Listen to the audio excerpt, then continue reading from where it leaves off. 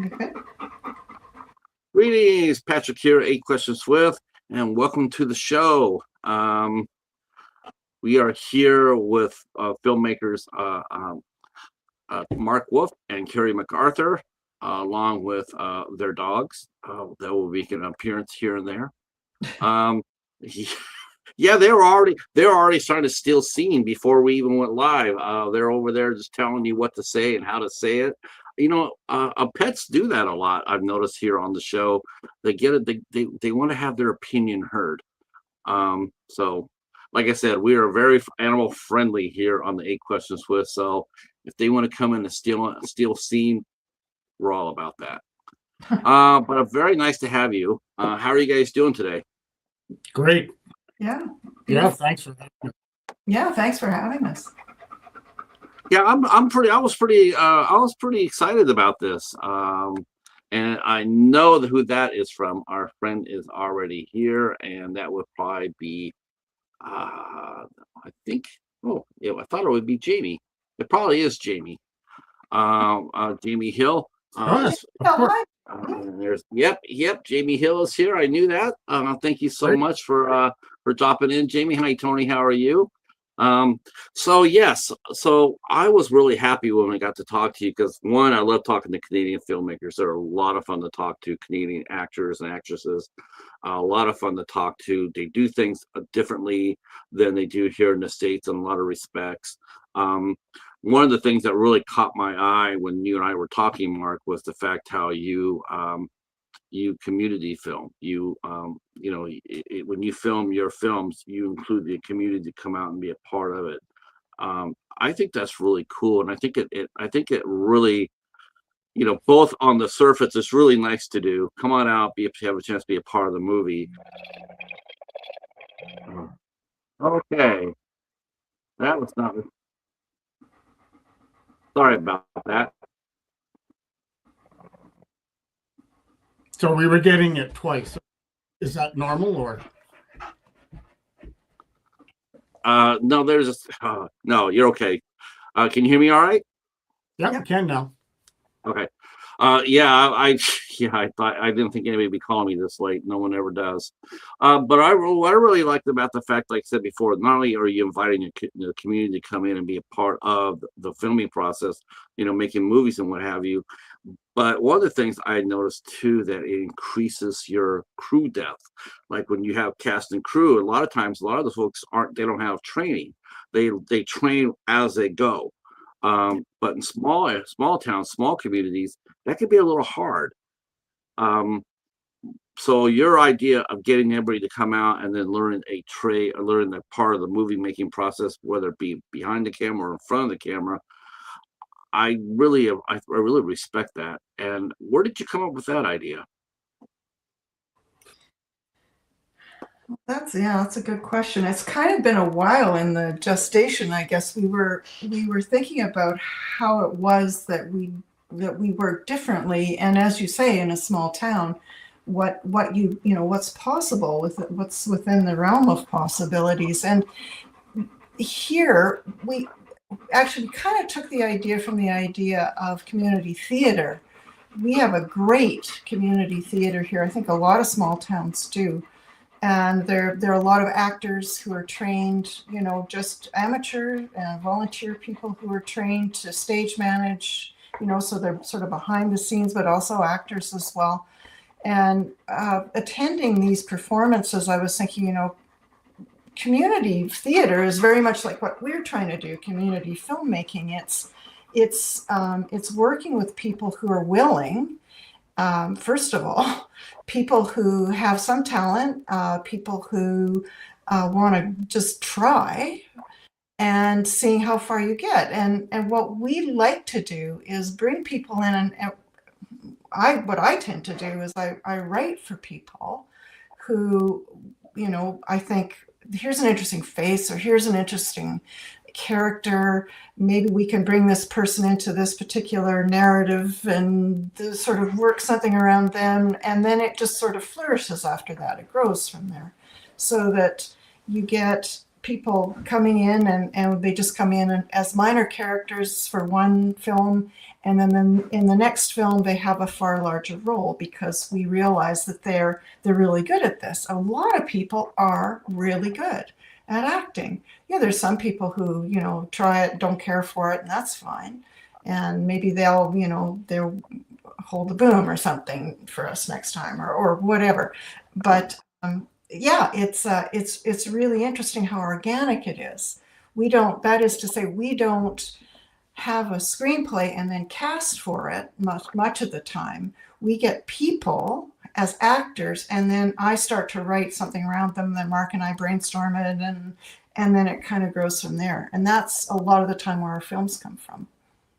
So does that mean, like, when you're working, let's say you're filming, I know you're working on a movie called Hex, and some of the people that were on Hex, maybe they're working with you on The Orchard. So you guys basically sort of like while you're directing or acting or producing, but you're also keeping your eye out on the cast and crew and watching what they do. Basically you're scouting them to see what they can do for you for the next project.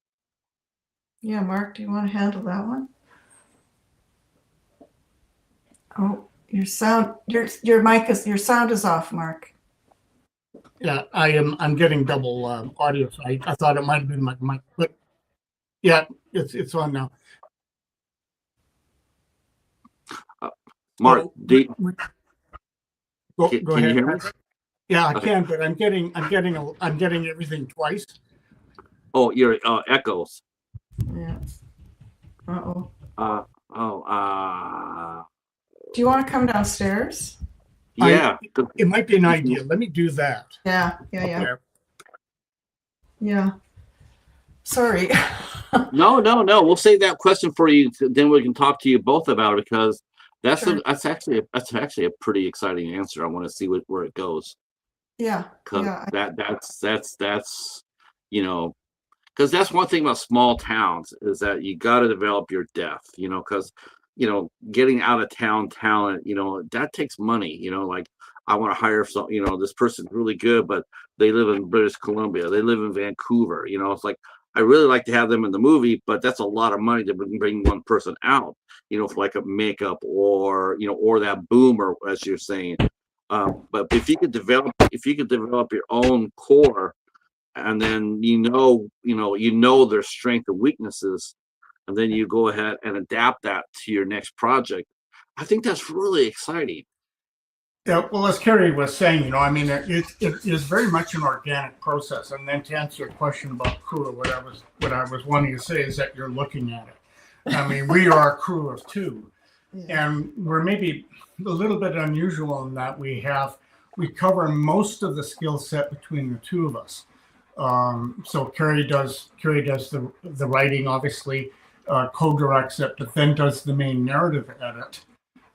Whereas I do most of the cinematography, the color correction, the sound sweetening, the audio recording, and other technical editing, getting it ready for theatrical or rendering for delivery. So it's and it's so much of that we've had to learn on the fly, and we've put our 10,000 hours in, and maybe paid for it. I think I'm a little whiter now than when we started in 2019. But it's but the whole thing is organic. But you're right. It's also iterative, so that when you make one movie, you're already seeing somebody emerge and thinking, let's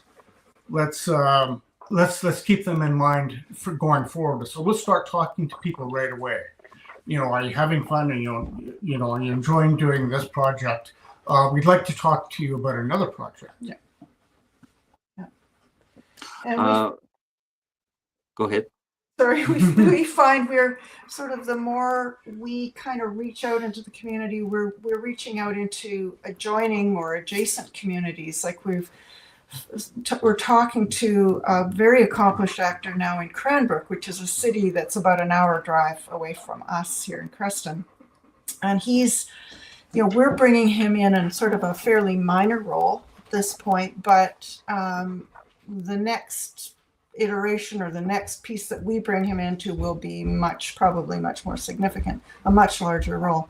So it's, yeah, it changes all the time. And I don't know where he went.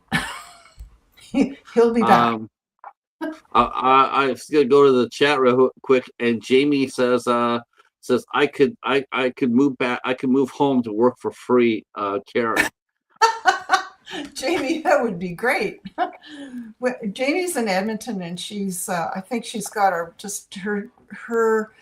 career in Edmonton is really rocking along at this point. I think so. She's very kindly made that offer. I mean, Jamie, anytime you want to come down to Creston, of course, Jamie's family, much of her family is here. Still, I think she'd sure be welcome on our set. No problem. Yeah, that would be pretty big to get her down there.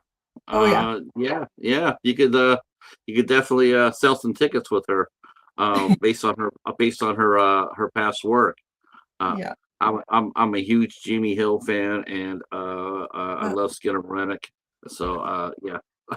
So whatever she wants to come talk to me, which we're going to be doing this in July. It's been like I said, I love Canadian actors, and Jamie is one of them. Is one of my favorite people to talk to. So, because she's very talented and very skilled, and a lot of fun.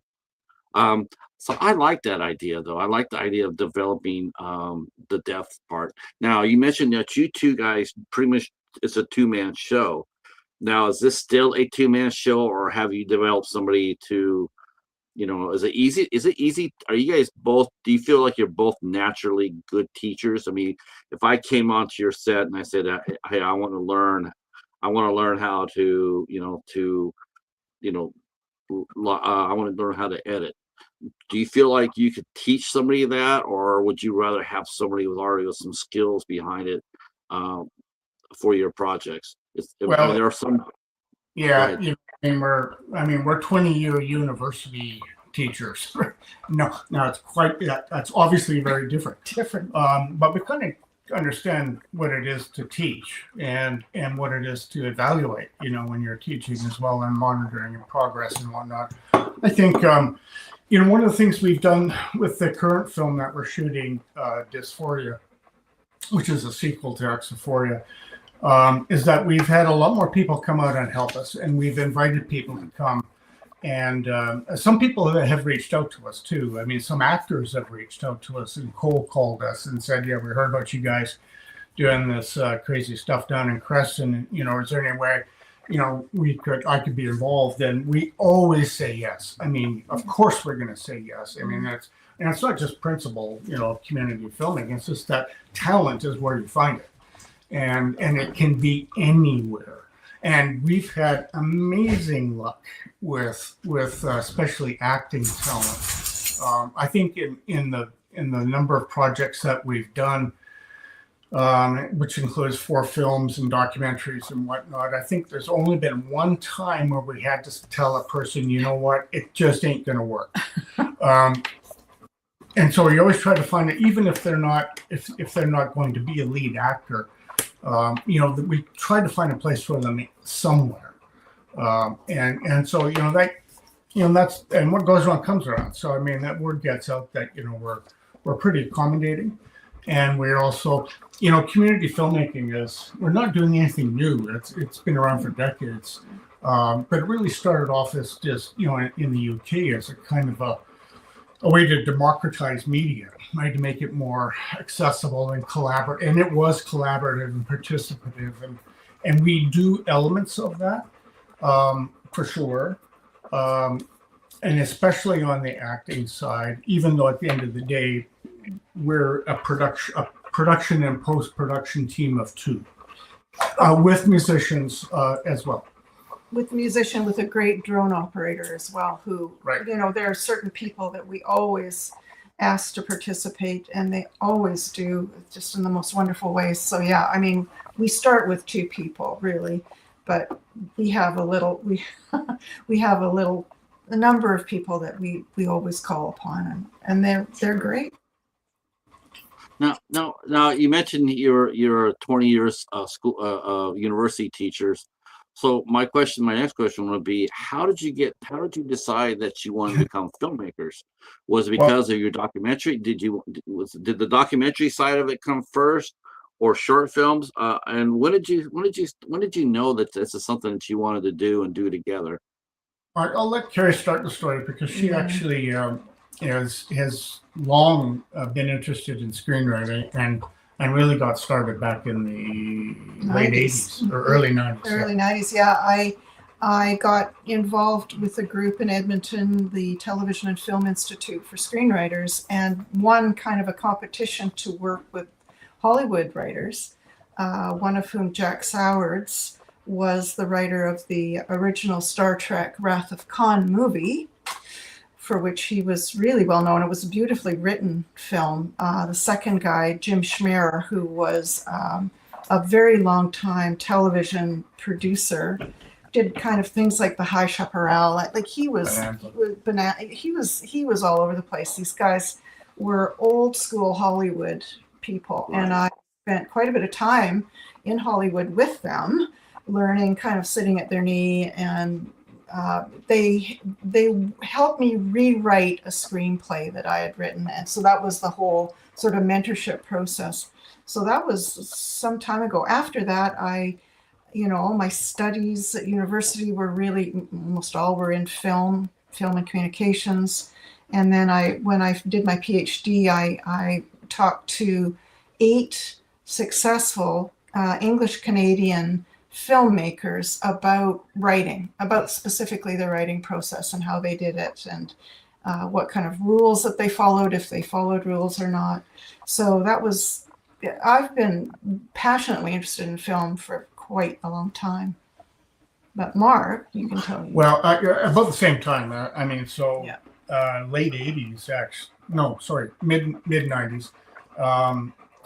Carrie, we chased some money and got some funding to do a little docudrama, and it was based on a Calgary historical figure from the 1920s, and based on a book he had written. And we took one of his little short parables and turned it into a docudrama, and that ended up winning an Alberta Motion Pictures Industry Award for me as best producer of that. So that's kind of how I got into it. So that was our first. That was in the late 90s. By the time all that had run its course, and we actually developed a feature-length script out of that character that's depicted in the docudrama, and it went to Mind's Eye, a production studio in Saskatchewan, and Kevin DeWalt. And I remember getting a call from him on the tarmac. He was waiting for his plane to take off, and he said, "We just love this script, and it's very doable." But this was pre CGI, so I mean, there just wasn't going to be, it just wasn't going to be, within the Canadian scope of budgeting at that point to make a period piece like that. So, we got drawn back into the university system, and then languished there for the next 20 years. We taught. Is that the languish? Yeah, it was okay until about 10 years ago, and just student preparation and 20 years of internet had eroded everything that the university was about. So. And we lost interest too. Yeah, we just lost interest. We just kind of ran out of steam. Yeah.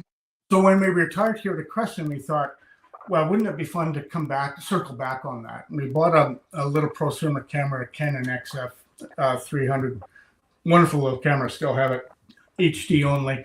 And we did about 25 little news magazine segments as we were exploring the region of our area of British Columbia. We thought we should be recording this because other people would be interested, not the least of which would be European tourists. And we had an idea we might be able to commercialize this output. And as it turns out, I mean, a number of factors, conflicted around that. There were forest fires, and then before you know it, we were into COVID. And, I mean, it just didn't happen. But it gave us some equipment, and it gave us the idea that we should keep going. So when we had, and our son-in-law and our youngest daughter were living with us here, and we literally one night just sitting around saying, well, we should make a film. well, what should we do? And the obvious choice was going to be horror because that's the easiest way to sort of break into the market kind of thing. And we had a son-in-law who had lost the tip of his finger in a cement pumping accident in Calgary a couple of years before. And we had a hobby orchard out here. So we thought, oh, well, there we go. Young man, inherits his grandfather's orchard, cuts his finger off in a pruning accident, ends up on painkillers and spirals back into psychosis.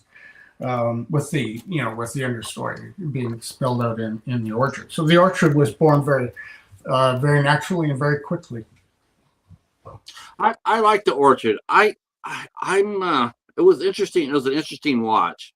I will say this. I mean, there was a movie called Eclipse with Ciarán Hinds, and that I watched, and it was about a man who lost his wife, and he's dealing with this, and the background sort of spooky, and there's like one really quick burst of supernatural horror in it, and then it just went back to being what it was.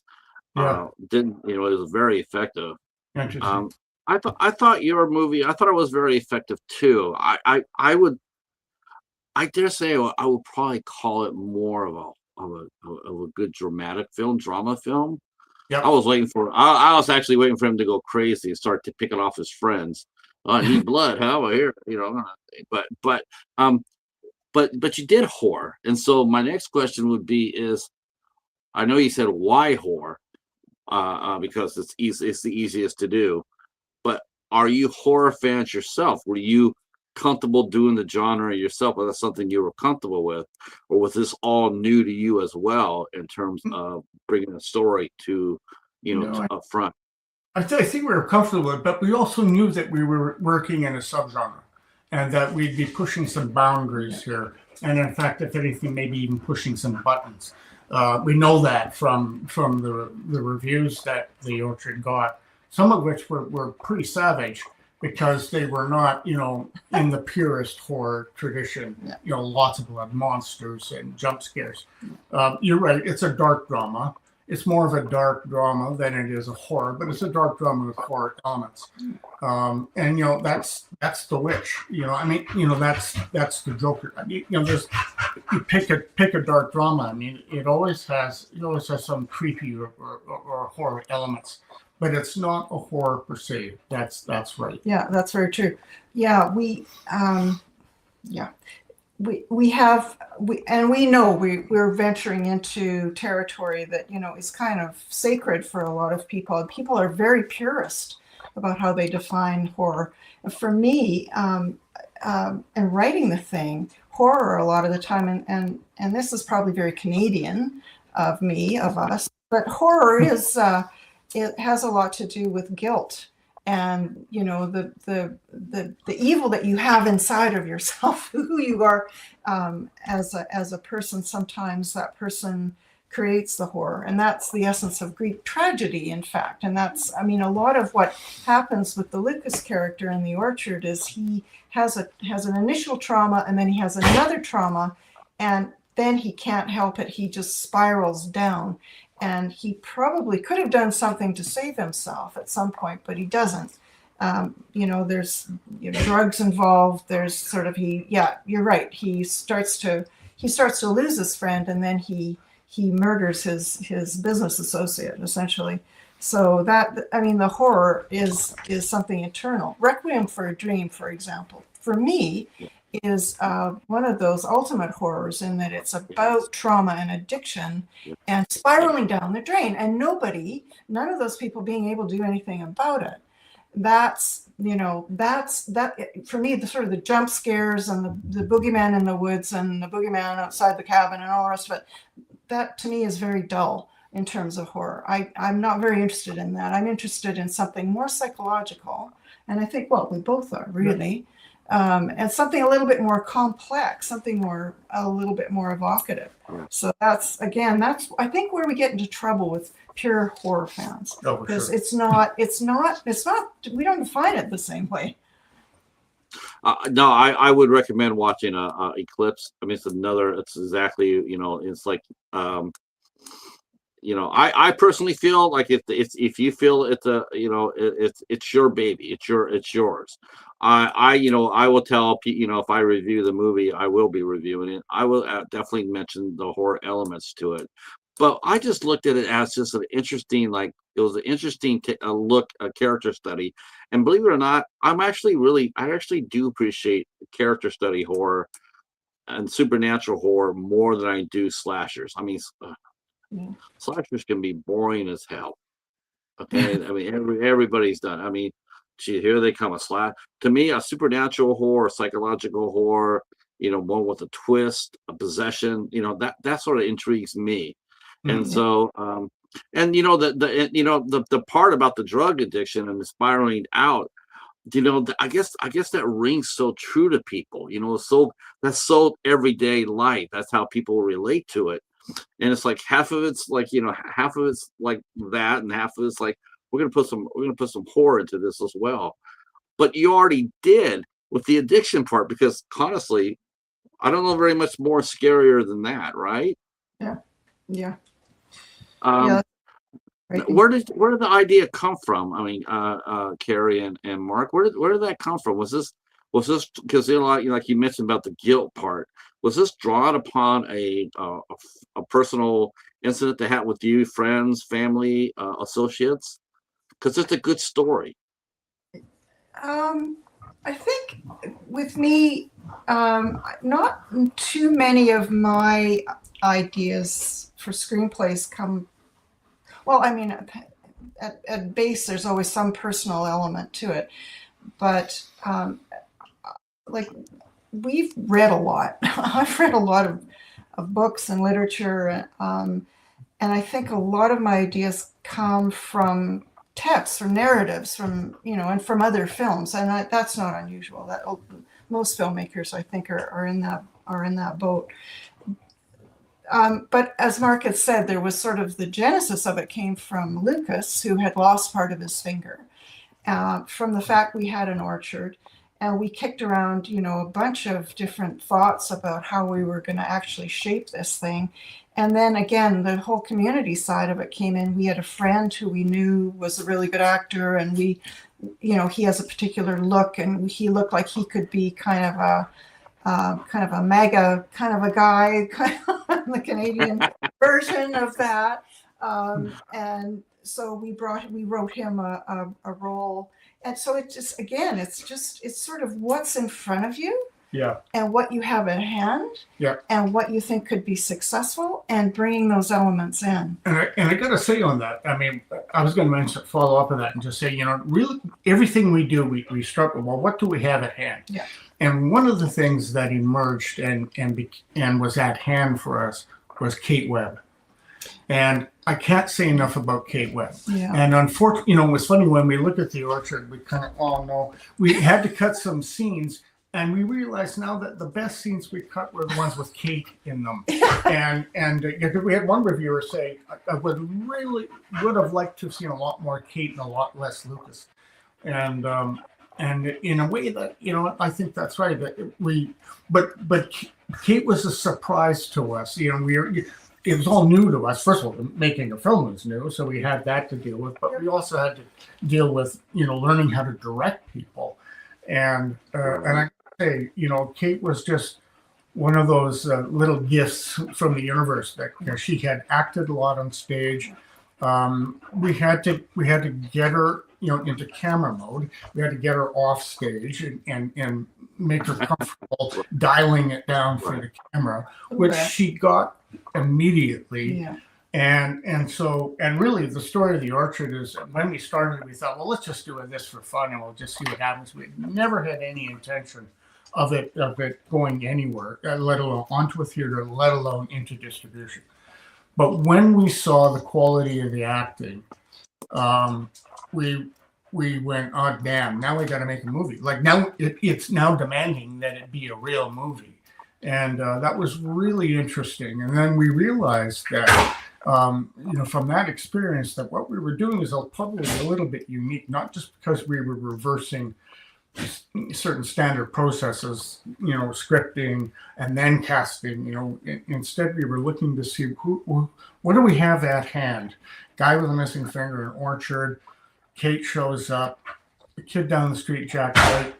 He had done some stage work as well, and he wanted to be in it. And the chemistry between these people was immediate, and the results were amazing right off the bat. For us, anyway. Kate, who's doing this? That dog barking. Anyway, Sorry. yeah. So I mean, how it started was really just us looking around, just saying, well, if we were going to do a movie, how would we do it? Now, was it easy to write? I mean, the script itself. How did you guys co-write it together, or was it just you? Was it just you, Carrie, that wrote it? How was the process? I principally wrote it, but always with input from Mark. And then what we also do is the writing that I do, we put it to our actors. Is this more or less the way you would say this? If they say, no, I would say something slightly different, we'll make changes to the script to accommodate that. That's really important. We're not real purists when it comes to the language, particularly. So that's important to us too. But yeah, it was primarily me. Again, my basic, the way I come at all of this, my basic skill is in the writing side. Mark's skill is essentially in the cinematography side. So we kind of have those two bases more or less covered. Now,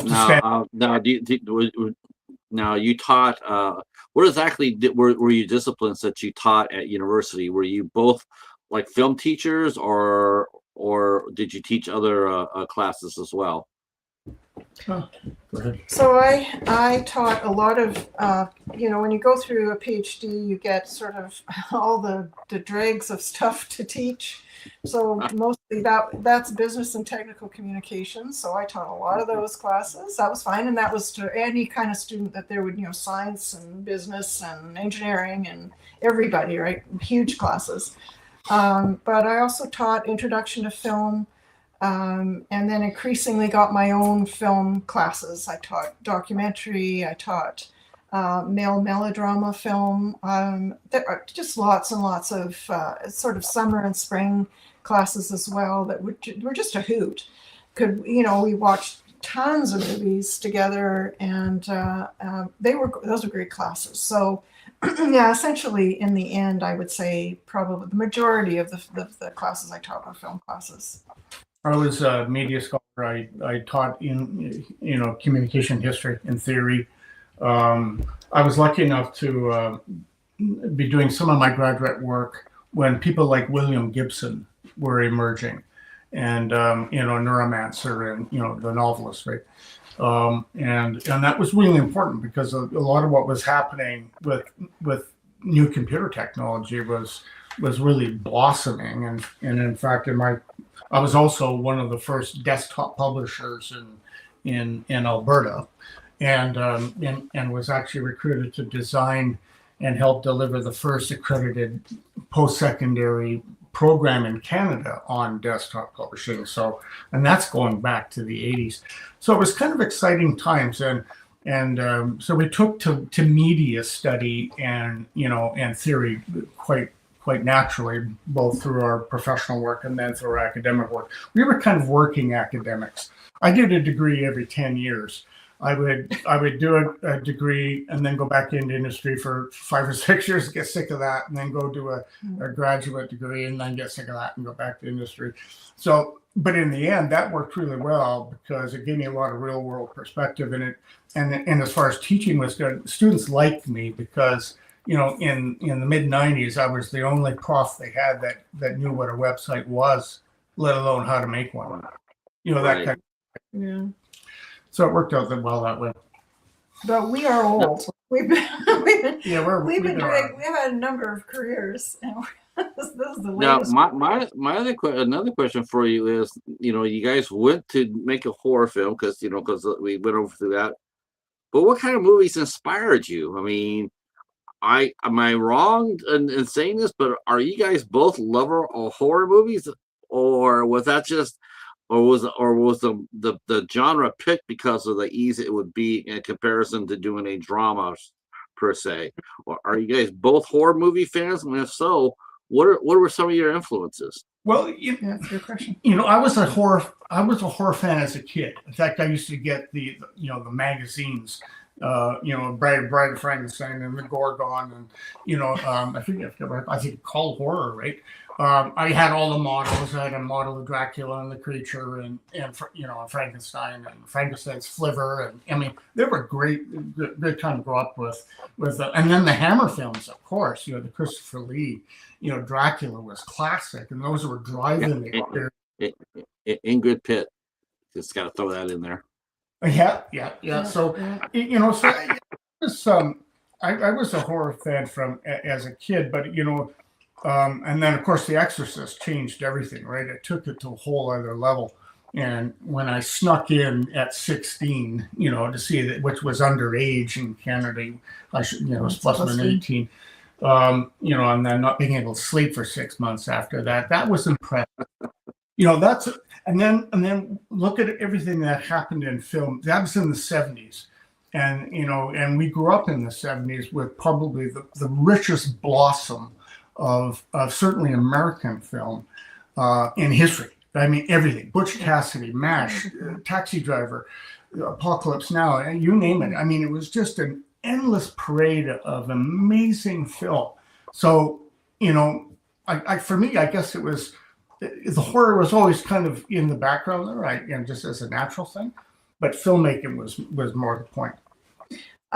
And for me, I think I was probably a little bit sheltered, and so I wasn't a kid who watched a lot of horror the way Mark was. But I remember seeing Fellini's Toby Dammit, if you remember that. It's just a very short film within a trilogy of mostly Italian films, and it was the scariest thing I'd ever seen. I was about 17. I was at my friend's place.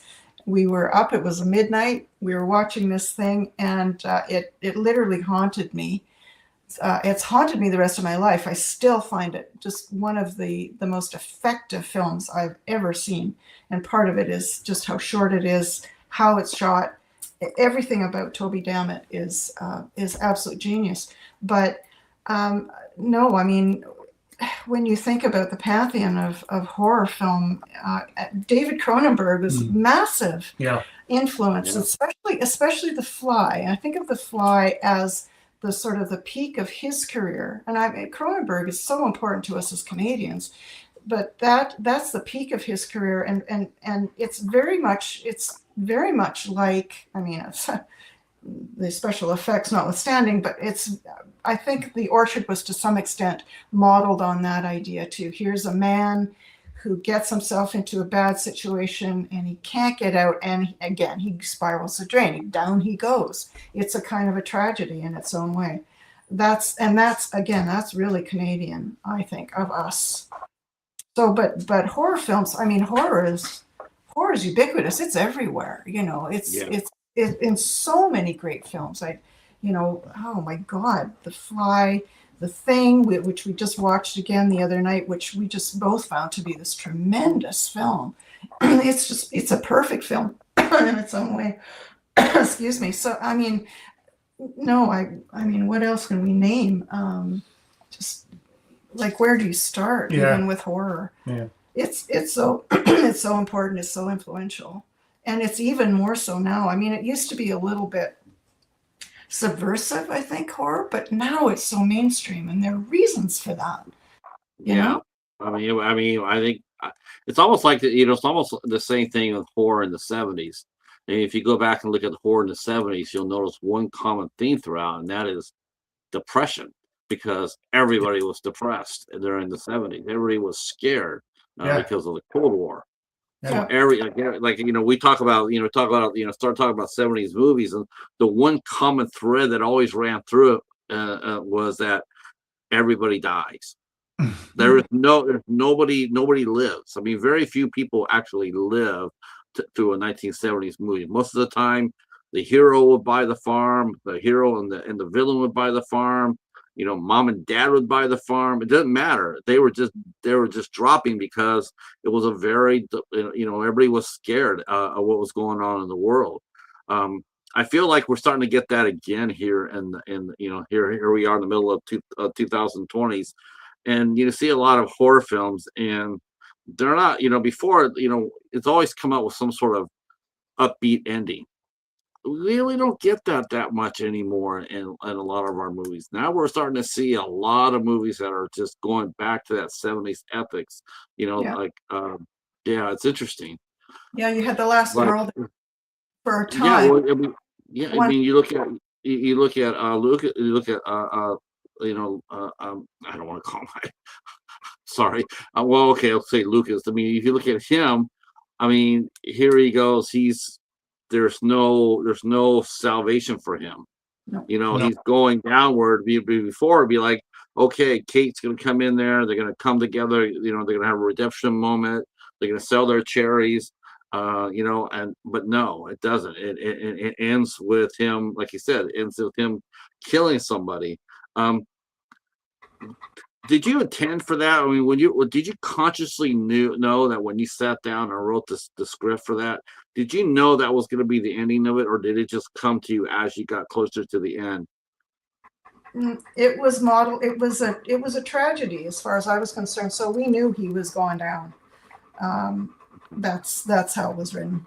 Yeah, right from the beginning. But we also had already planted a seed, literally, because Kate is pregnant, and so what will happen to that child, and what does happen to that child, and that's what Hexa is about. So that's our fourth film, and we've already started shooting parts of it.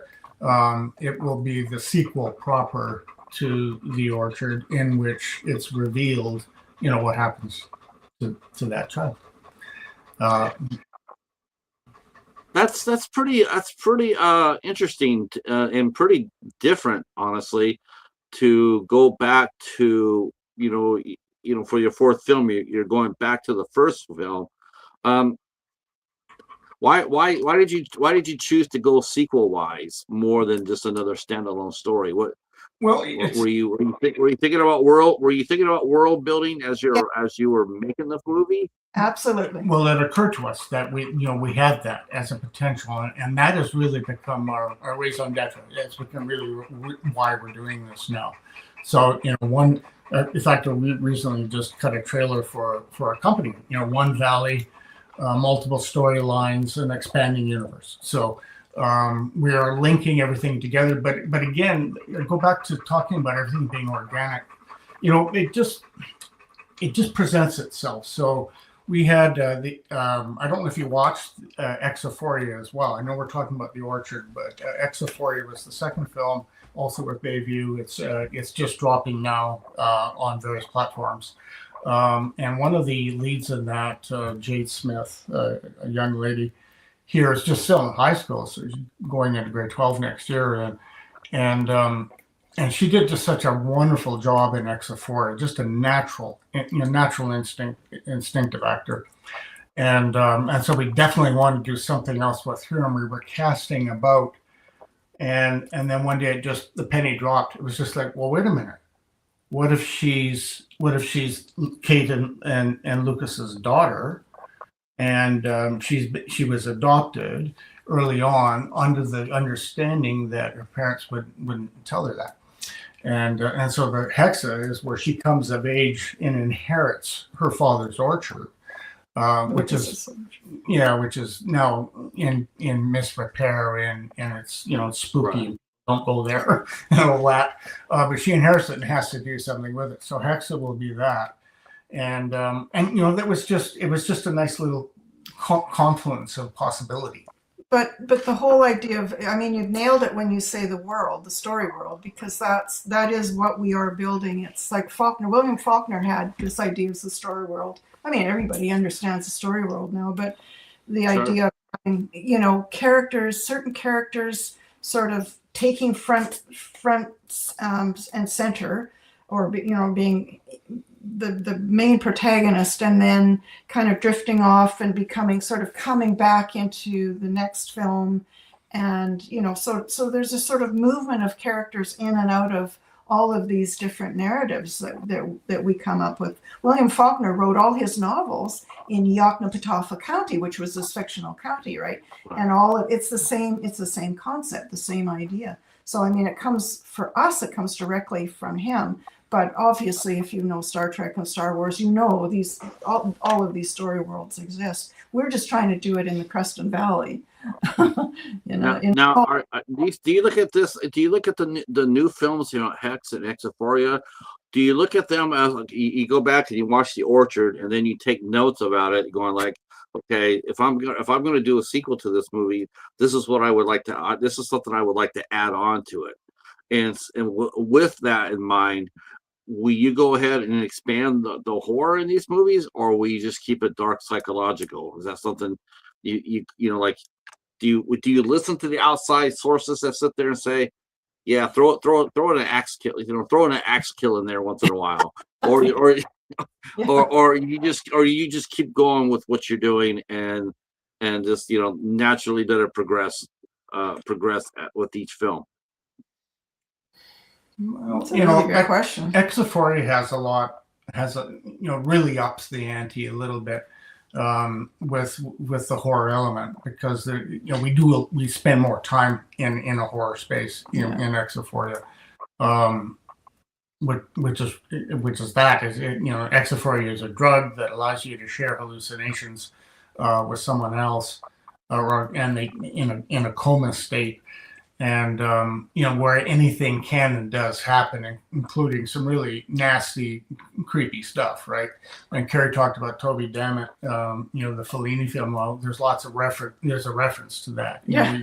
We actually stole something right out of Toby Dammit for one of the scenes. Yeah. So Hexa has that possibility as well. Again, as you were mentioning, Patrick, though.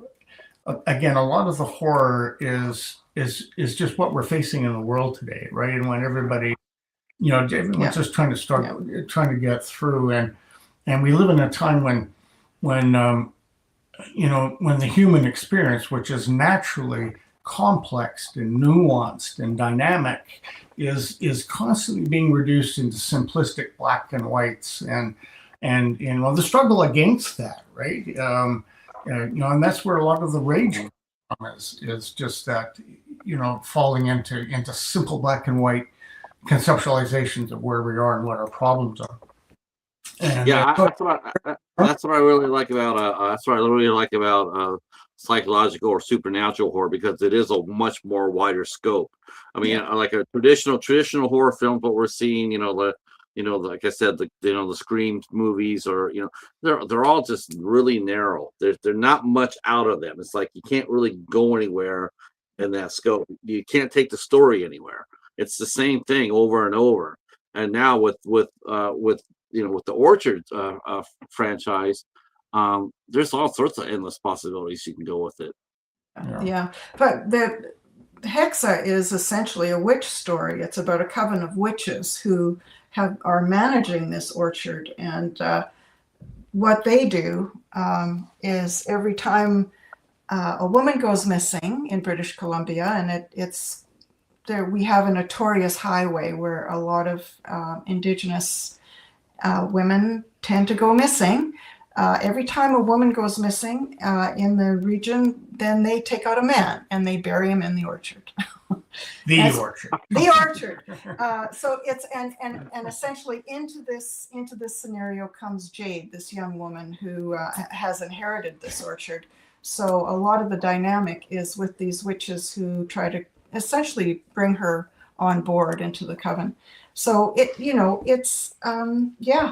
try to expand our own understanding and our own appreciation of horror, and bring in our own elements, the things that we love from the films that we've seen and the novels we've read into everything we do. So But Yeah. I'm not sure. It's interesting the way you put it. Like, do we go back to the orchard? And nothing's so deliberate. No. Again, it's No. it's much more organic and spontaneous for us a lot of the time. So the idea of making Hexa, bringing the daughter forward was just a spur of the moment kind of a thing that just occurred to us as well. Of course, that's a real possibility.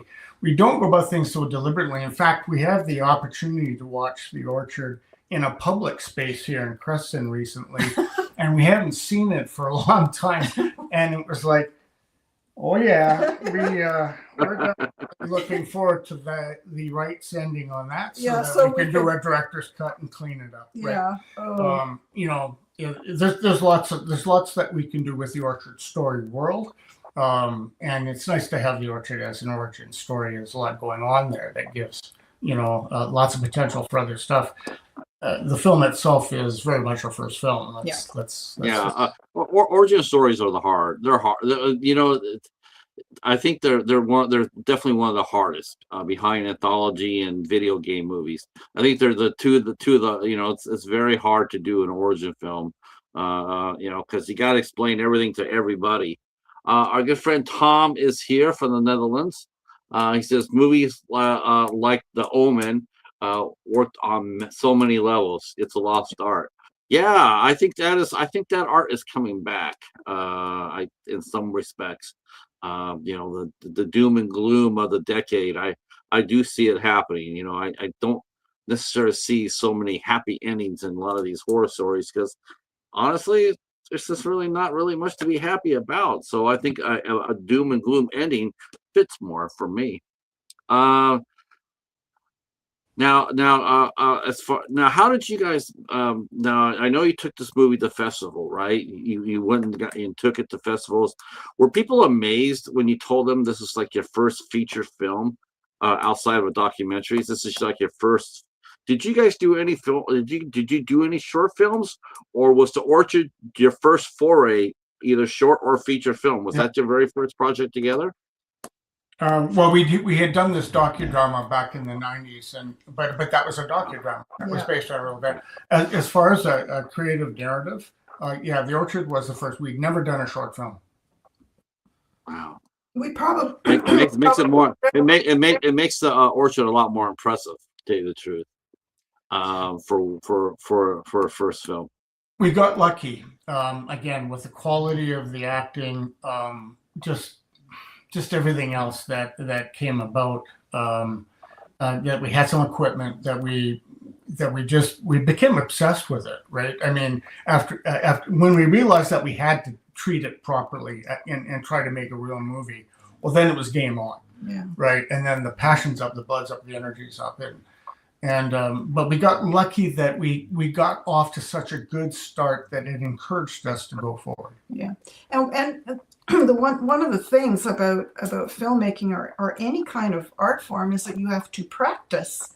You you're never you sit down at the piano and sort of plunk out Frere Jacques, but to be able to play a Beethoven sonata, you have to practice and you have to do it every day and you have to be obsessed. And we feel like we're moving in that general direction. Hopefully. We also very sad in many ways that we're not a lot younger people because the trajectory is going to be a lot shorter. But you do what you got to do what you got to do, right? Right.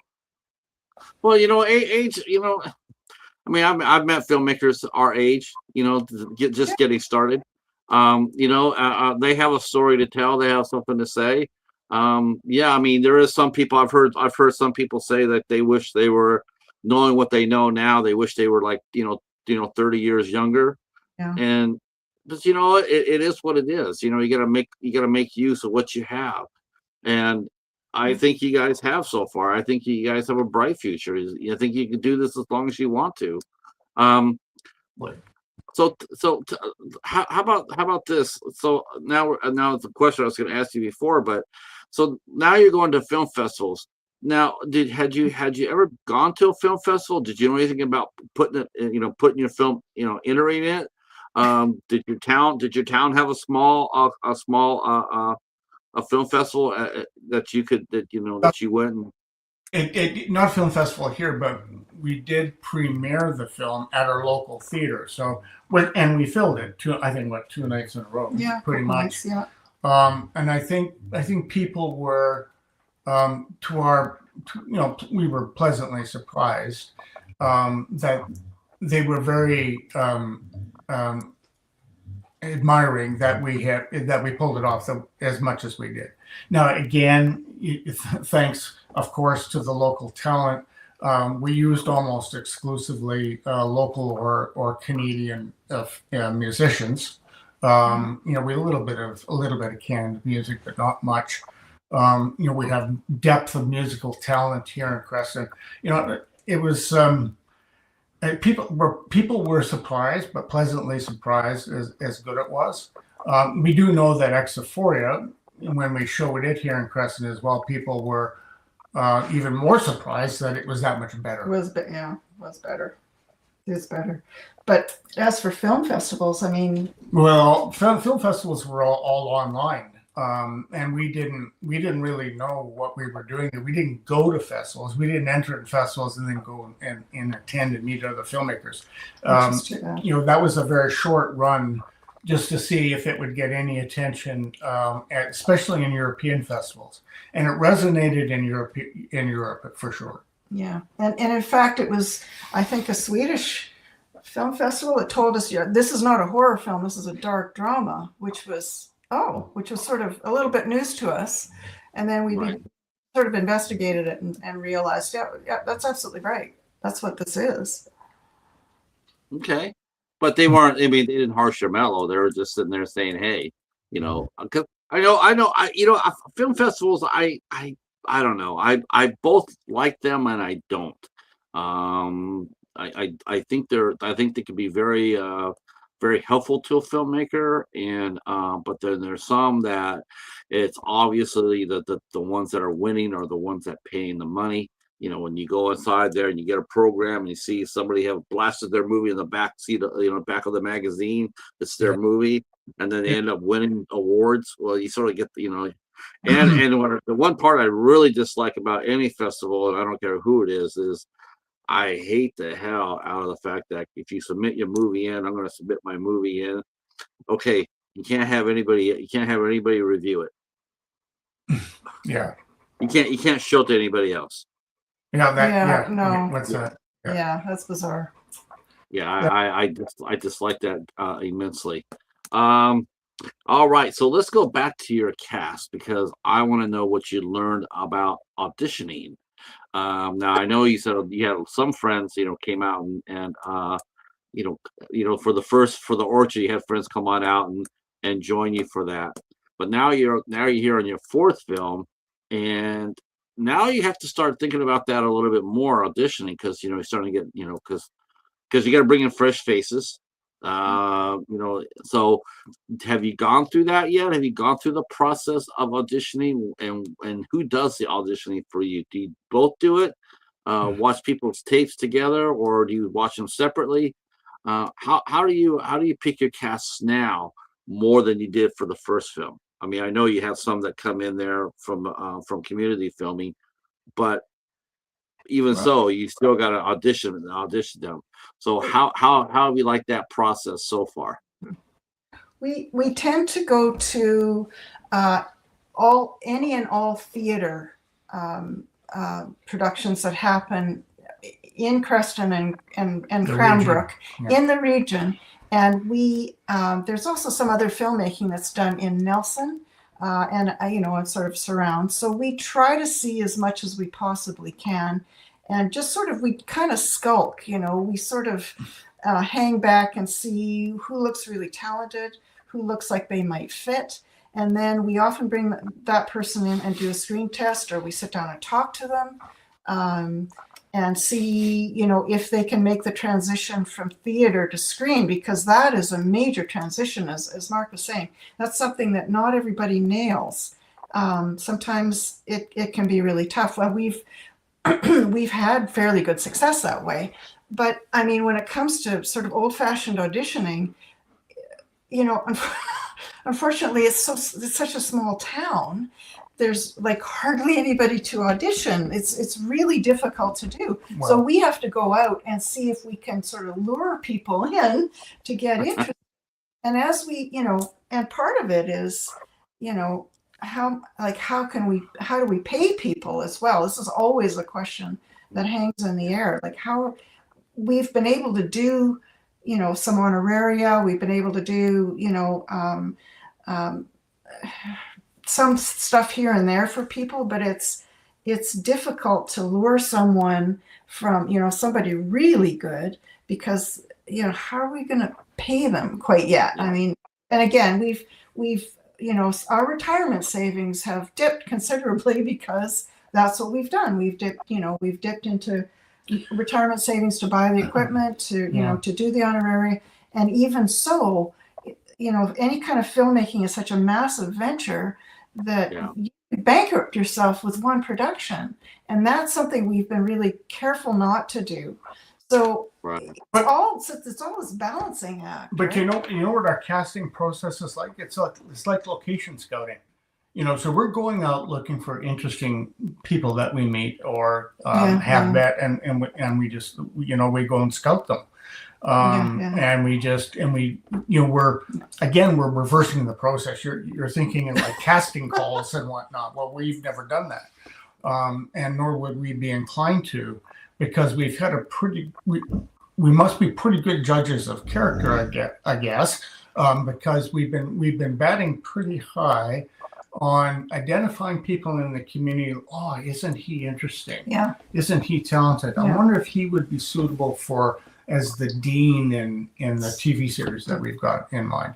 And then we approach them and we have a discussion, and generally they're quite excited about the possibilities. And so that's how we do it. Yeah. It's very organic, it's very hands-on. Yeah. You put out a call and nobody would come here. I mean, nobody would come. They might get one person. It's really tough. And or it's even being, DC, right? being a small town, there's no anonymity here. It's everybody knows what everybody else is doing. And it makes it a little bit, it's particularly hard to get young guys to come out to be interested at all in anything, because they're, they'd rather be out sort of in the bush or doing something here it's sort of something too, because most people, when you tell them that, hey, would you like to be in a movie, at least out here in the States, a lot of people, they would just jump all over that. Like, they'd be all over it. Oh, and Jamie is, let me go to the chat real quick. We're talking about casting. Yes. Tremaine is a great spotter of talent. See, he still wants to make a movie with Tremaine. You guys better make that happen. See, Jamie says, I will be there. I just need a room at the Skimmerhorn for my visit. Oh, there you go. You know what? There you go, right there. I mean, if Jamie's going to come down to act in your movie, that's actually a big feather. That'd be a good calling card. Well, hey Jerry, how are you? We'll bring in for Hexa. You could, actually, exactly. Yeah. You're still filming it, aren't you? Yes, Yeah, we've just started. Just started. Okay, well there you go, Jamie.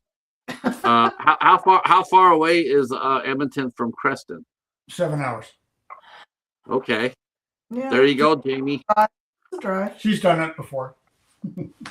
Yeah. Have you cast the role of the main witch yet? Yes. Yeah, we do, but there's lots of potential. We're still writing it. We're still so flexing. It's okay. Yeah, it's okay. We'll bring her in. Please have Jamie come in there, and because that would definitely elevate your movie. That's for sure. And the other thing too, I was going to talk to you as well is how did you end up getting involved with Bayview Entertainment and Peter Castro? So that's a story. When we decided that we would like to chase distribution, I did a search on company names, and I just started with the A's, and I didn't actually get a good vibe off of anybody in the A's, and I went to B, and Bayview was the first one, and I sent them a note, and Peter got back to me within, I don't know, a couple days, and that alone was holy. I just love the fact that he actually responded to an email. And as for a trailer, we sent the trailer right away, and he said, "Let's chat." And so, I mean, it was as simple as that. I mean, when I talk about how lucky we were with stars aligning with The Orchard, Yeah. not the best film in the world, but my God, I mean, for what it started off as just something on a lark. I mean, talk about, the universe pointing you and helping you out. I mean, everything like that was just fell into place, and Baby was that. I think Bayview is a really, really good distribution company. Peter runs a professional show for sure. I've known Peter for years, and when I saw that you were and I saw him as an executive producer on the Orchard, I said, man, you guys are in good hands for sure, because he's highly ethical, very helpful, always returns your calls. Yeah, Peter's a great guy, and you guys really did luck into something really special there. A lot of people with a lot more experience in making films, man, there's the people I still know that have not been able to get a good distribution deal. They just haven't been able to. They've made lots of films, but they haven't got what you got. Well, And not only did you get on streaming, on your distribution deal, but you also got physical media. That yeah, is getting to become increasingly rare. yeah. Um, what do you feel about the digital versus the physical media? I mean, is that something you asked for, or was that something that Peter offered you? How important is it to you moving forward that your projects do get put out on physical media? Well, it was an option that was presented to us, and we didn't know. I mean, we're newbies, right? And we said, well, we grew up with VHS and 16 millimeter before that. So, I mean, we're physical media people. We said, yeah, sure, let's go for a Blu-ray run, and we're glad we did, because there are a lot of people that just want the physical copy in the same way they want the paperback novel, or they want, they want the actual painting, right? Or whatever it is they're trying to curate or use, right? So I think there's always a place for it. Not the least of which is as long as you're downloading digital, you're susceptible to the grid being stable, the internet being stable, et cetera, et cetera. Right? So I mean, it's always nice having physical media for sure. Yeah. Yeah, unfortunately, when you and I were first talking, Mark, I said, "Could you send me a copy of the Orchard down?" And he said, "Sure." And then then we found out that it would take an arm and a leg just to send down one Blu-ray. Yeah, That was a absolutely. little bit, yeah, that was a little. I felt really frustrated for you there too, because it's like, man, how is he going to be able to send out his movie out to press if you're sitting there charging them 30-40 bucks just to mail the damn thing out? Well, that Um, and all the hoop jumping you have to do with it, licensing and registering with Homeland Security. I mean, oh my God, like you're kidding, right? I mean, it was bizarre. yeah, it's unfortunate. But I'm glad you did. I'm glad you did. And I think that you're going to get a physical release for Hexa too, right? That's Um, also going to be released on physical media. yeah, we haven't talked about that with Exophoria yet, which is again dropping now with Bayview. We'll probably have to talk to Bayview about that. We'll see for sure. And I think it's always good to have a little bit of that physical media for sure. I mean, not Yeah. huge, not tens of thousands, right? Yeah. But we're talking about a few hundred copies, right? Right. Because people, I'm sure people have come up to you and they've wanted to buy a copy of your movie. Yep. When you showed at the theater, I'm sure people were eager to buy a copy, and it's always nice to be able to do that. To sit there and say, Sure, you can buy here's my Blu-ray right here. Go ahead, and go ahead and pick up a copy and take home. It's sort of different from sitting there and going like, well, yeah, if you want to go watch it on Tubi, there's just not the same. It's not the same oof when you if you say that. Um, so what was the biggest thing that you learned from? What's the biggest thing you've learned, about the business and yourselves from getting into the business? What are something that you discovered that you didn't know about yourself, and making the Orchard, and the rest of your films? How important the marketing will be, Yeah. and it's something that, because we've been so obsessed, so focused on building out the story world, right, and adding new storylines and doing your movies, and part of that is to honor the people who have worked with us, right? So it's the actors that are coming back, it's the musicians that would like to do more work and get that exposure, right? I mean, what we're doing is helping people. I mean, we've actually helped launch careers here, and that sort of aligns with our experience as teachers, right? As university instructors, that's a public service kind of thing. So we're in that mode, and so we're coming around to the marketing side of things really late. Yeah. And I'm sure that's a little frustrating for the Bayviews as well, right? And in fact, we had Josh Doak actually from Bayview give a guest presentation at our film festival, and was very, very kindly but pointedly, underlined, really how important the marketing side is. That's the short answer, is how important marketing is, and how you need to be thinking about it, when you're at the concept stage. Yeah. Not the script stage, not the rough cut, Yeah. and certainly not the completed. It's got to be there right from the beginning. Yeah. As in, who is the audience, and who are you talking to? And to our surprise, we thought The Orchard would be something that, young guys would watch, maybe because there's a young male protagonist. Well, in fact, the algorithm showed that it's older women who have been watching The Orchard. So that was like, really when you find these things out, it's like, okay, we got to screw our heads on now about marketing and understanding who the audience is and how we reach them.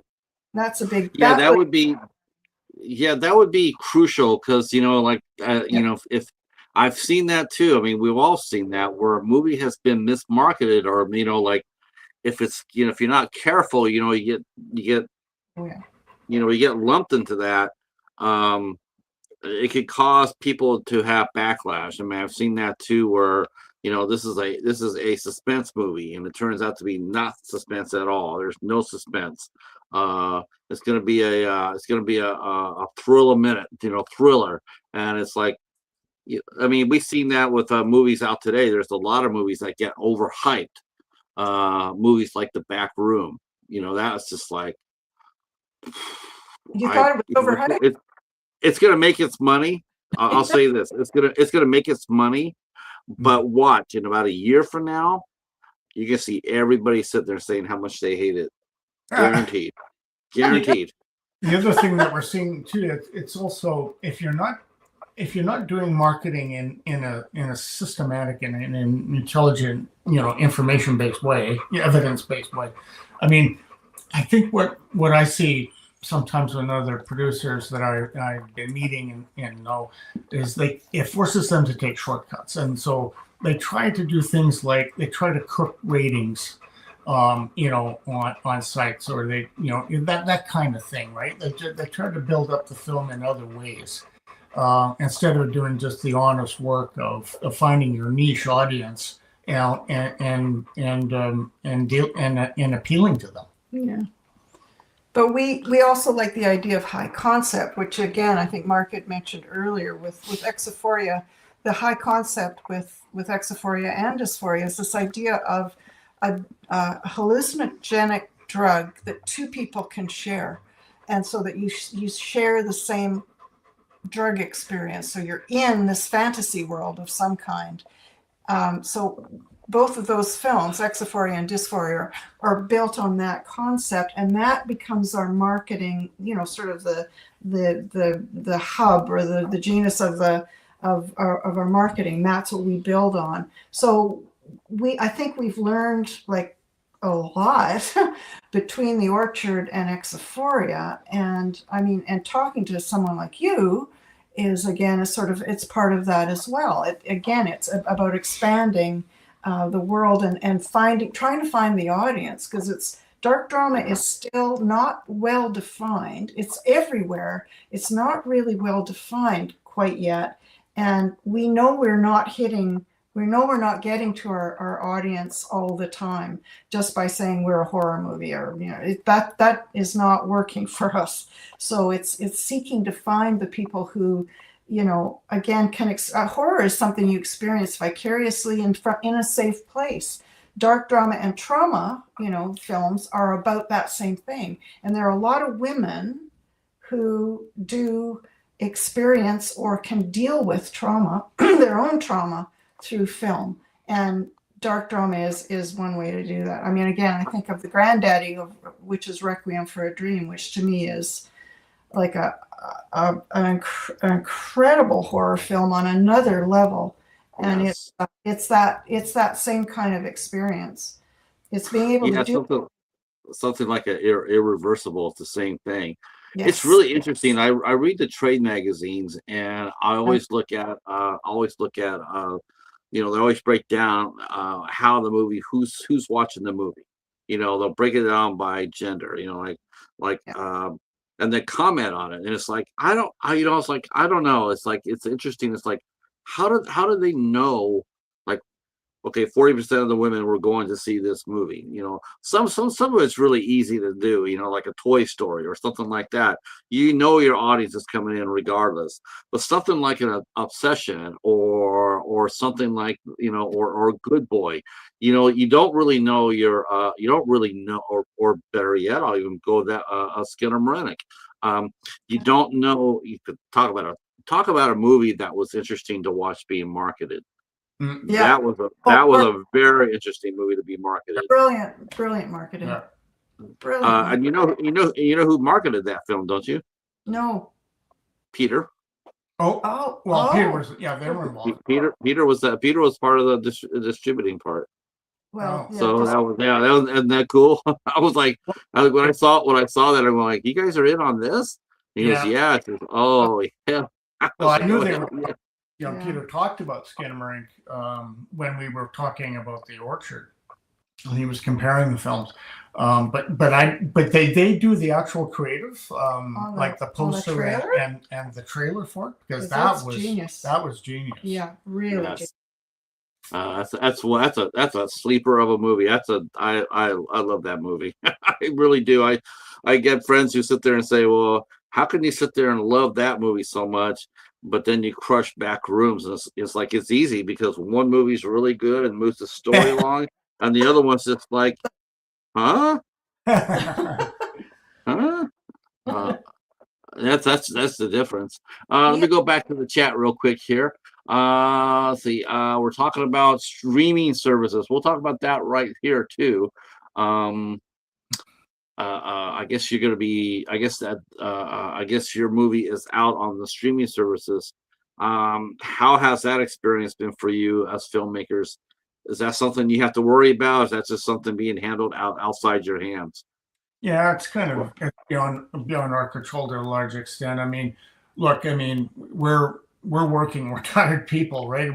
We were happy just to get the film finished, let alone into distribution. Now, that doesn't help a lot of people watching this, but and we have the comfort of not being, having to make a living from this necessarily. It'd be really nice to pay our people properly, but we can live without it. So it's not top of mind for us. We just love the fact that it's there because we can talk to it, and we can market off of that. But it's it's great. I'm just not sure it's a deal breaker if we didn't do it. Like if we didn't if Baby or anybody else has said, yeah, we don't think so. We're just not, dark drama's not doing it, and you're on your own. I mean, that'd be fine, right? I mean, in a sense, too. I mean, there would be loss there. It would be a shame, but it wouldn't be the end of the day, the end of the world for us. But at the same time, we are again, we're searching, we are looking for the audience, and marketing, which is our responsibility essentially, is so much. We really, we're doubling down on that part of it, especially Mark at this point, and trying to, I mean, it's such a massive world. I mean, the streaming, It really is. It is, really is. it's how to enter it and how to do it successfully, and to promote our film, with some humility, but also, understanding where it is, and what it is that we have done, and see if we can reach people with it. But it's, you work from this, we're in this tiny town. We don't get out of it all that often. It's hard, and it's it's kind of murky. But right, to your for us. question too, Patrick, I think what you're asking is, do we have concerns about platforms per se? And Yeah. there is a risk in platforms, because I mean, there's so many platforms. Yes. You pick any person and say, well, do you have Plex? No. No. Are you on Zoom? No. Do you do Tubi? I hate it. There's so many platforms and so many different ways that people can access it, that it's a risk that sometimes you think that maybe the work is being orphaned, or is being lost in that world, right? Yeah. I tell you, it seems like we're beating the drum a little bit for her, but we are.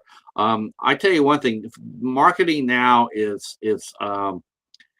never been more important. And a lot of times a filmmaker or an actor will come onto a project, do the movie, finish it out, post it, put in post, get it out there, and then just move on to the next one. Those days are over with. Those days are over with. Now you have to get out there, and this is one of the reasons why little shows like this, now, like, I could get interviews today, 10, 15 years ago, nobody would have said yes to this. Nobody would, but now, because there's so much information out there, and you're right. I mean, your movie is out there on the streaming services, but you're out there with thousands of movie. How do you get people out there to get out there and watch your movie when there's 1,000 movies on Tubi or Zumo or Amazon? How do you get people to, because a lot of times people will just go on what they know. Oh, I saw that movie on Conan, or I saw an actor doing a red carpet. You don't really get that chance with indie film. Indie film is pretty much done by word of mouth. It's and Jamie understands this, because I see her work her TikTok a lot. She does a lot of live TikTok. She talks to a lot of different people.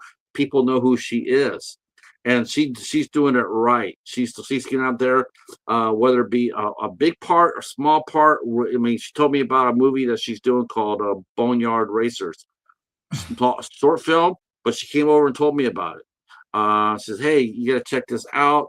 And then, and it's something I think that a lot of indie filmmakers just don't get yet. You guys have actually you guys are on the ball here. I think that's, yeah. Trying. Yeah. Well, when I saw your interview with Peter, which I thought was great, and that was like a couple of years ago already, but I was like, oh my God, and have absolutely I'm not bashful about reaching out to people. And just asking. I mean, we were journalists. I mean, we know how to get interviews, right? I mean, we know how to get the story. And so reaching out to people is something we do well. And and we really appreciate that you responded favorably, and that we're doing this. Yeah, this is a lot of fun. I've had a lot of fun doing this, and like I said, I'm totally hooked on I love Canadian filmmakers. I talked to Brandon Rhines from Higher Learning. He's based in Edmonton. I'm going to get to know through Jamie. I'm going to get to know Neil Chase, and and the actors that they've worked with. It's a joy. It's a joy to Yeah. get out there and promote you guys, and I'm glad to do my part in getting your films out there. It's part of our job as people who do these sort of shows to help get those movies out there, to help people find hidden gems. I mean, you won't really find any really big mainstream movies on my channel per se, because a lot of those movies are just they've already had so much publicity. To me, it's a lot more fun bringing you guys up here and talking about your movie now and then pushing it out there. And I'll do that. Also do my part by giving it a review. And that's what I can do. I can do that to help. Any way I can. Now I'm honest with my reviews. I never overgloss, nor do I, well, except for Dustin Ferguson, nor do I ever crush anybody. But that's part of the responsibility of being a reviewer or interviewer as well. It's just to be fair and honest. Sure. So let's ask. Yes. Okay. Oh, there we go. There's your cat. Oh, cool. There's the cheetah. Yeah, it's the cheetah right here. Hi, cheetah. Yeah. All right. So let me ask you for what's going on for the rest of the year. What percentage of Hexa is filmed? That you said you're still filming it, still writing it.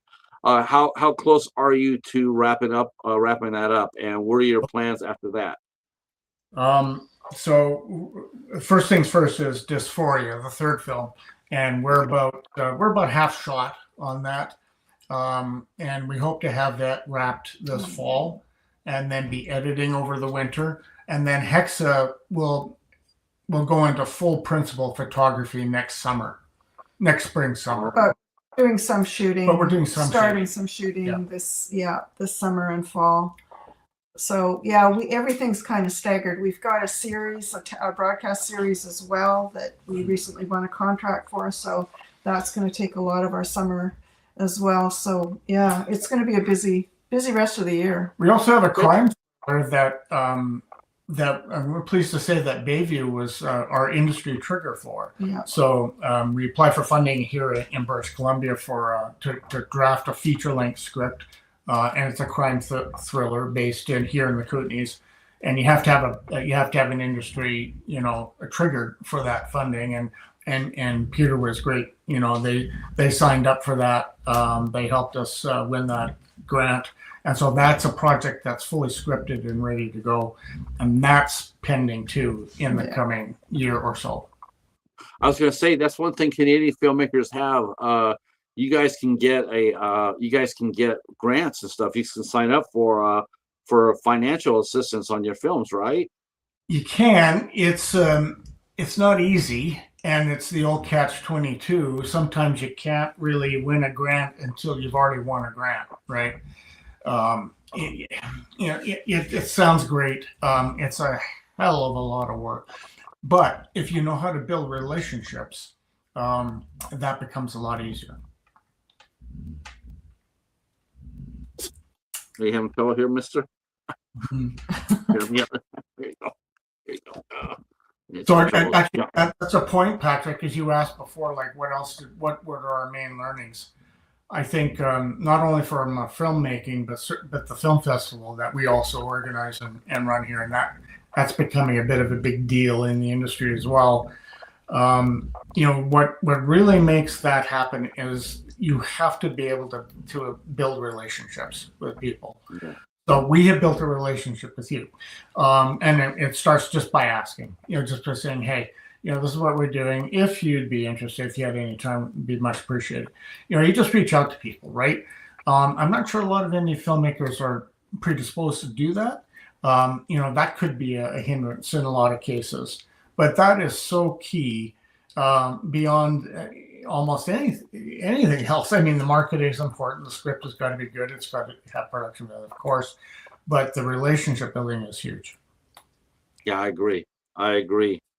All right, we have hit our mark here, and I want to go ahead and say thank you to everybody Carrie and Mark have come in here and just tore it up tonight. I really do appreciate you sharing your time, and I learned a lot. It's always great to talk to filmmakers, and I like how I like how you're approaching it. Approaching the business. I think you guys are on your way. Well, You know. but Patrick, just if you're coming, and you should come to Canada, and it sounds like you might even be coming if you're deepening your ties to Edmonton. Yeah, we invite you out to our festival. Yeah, we welcome to come to our neck of the woods as well, for Bring you sure. out. We have a nice guest suite that our actors and other crews stay in. So I think Jamie mentioned that. She just mentioned that she'd come out there to Skimmerhorn Productions and take over the guest room. So I take it you guys have met before. And Tom, I want to thank Tom and Jamie both for coming and hanging out with us tonight. That was a lot of fun and a lot of good conversation in the chat. Thank you so much. Tom says he wants to go to Vancouver Island. And Jamie says it's so lovely and easy to chat with Carrie and Mark. So yeah, so there you go. See, that's all you want from a producer and a screenwriter. You just want a cameraman, a director. You just want to be able to communicate. Yeah. All right. You are our last interview for this month, but we do have stuff for July.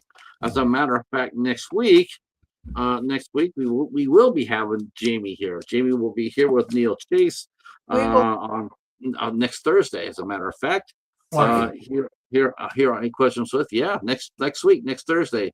On Wednesday, the 1st, we have Daniel Bowers will be with us. On the 1st of July, and then the second week of July sees July 6th sees director and film festival organizer Tremaine Hayhoe will be here on the 6th. Derek Barash will be here at 8 p.m. on the 7th. Tracy Beebe, who wrote the Mortuary's Assistant. I've always said anthology films are the hardest films to make. Scratch that. Video movies based on video games are the hardest, without a doubt. Yeah. That you can never make anybody happy. Yeah. Never.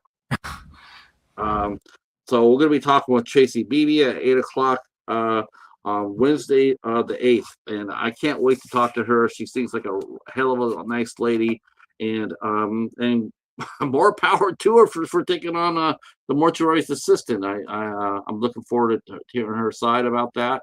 And yeah, to the chat, I'm gonna say thank you so much for your support. If you two guys could just stay there for 1 second while I say goodnight to the chat, and then I'll see you off camera. All right, you guys, thanks for your support. We'll see you this Sunday. Come back here next Sunday, 8 o'clock. The ISC show will be here. And Mary Wilson will be taking us Mary Wilson will be taking us down the rabbit hole that is One Missed Call. One Missed Call. We're going to be talking about that on Sunday on the ISC show. All right. Thanks, you guys, for being here. Talk to you soon. Peace.